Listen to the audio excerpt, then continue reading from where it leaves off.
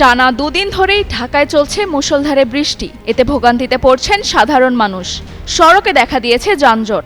বিভিন্ন স্থানে জলাবদ্ধতা সৃষ্টি হওয়ায় চরম দুর্ভোগ পোহাতে হয় যাত্রীদের। বৃষ্টিপাতের এই প্রবণতা আরও কয়েকদিন অব্যাহত থাকতে পারে বলে জানিয়েছে আবহাওয়া অধিদপ্তর।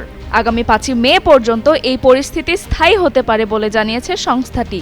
আবহাওয়া অফিস জানিয়েছে, ময়মনসিংহ, ঢাকা, খুলনা, বরিশাল, চট্টগ্রাম ও সিলেট বিভাগের অনেক জায়গায় এবং রংপুর ও রাজশাহী বিভাগের কিছু এলাকায় দমকা বা ঝড়ো হাওয়া, বিদ্যুৎ চমকানো সহ হালকা থেকে মাঝারি ধরনের বৃষ্টি হতে পারে।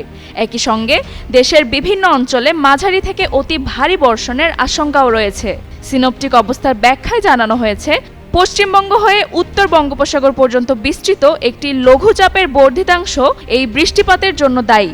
সতর্কতা স্বরূপ দেশের সব সমুদ্র বন্দরকে 3 নম্বর স্থানীয় সতর্ক সংকেত এবং বিভিন্ন নদী বন্দরকে 1 নম্বর নৌ সতর্ক সংকেত দেখাতে বলা হয়েছে।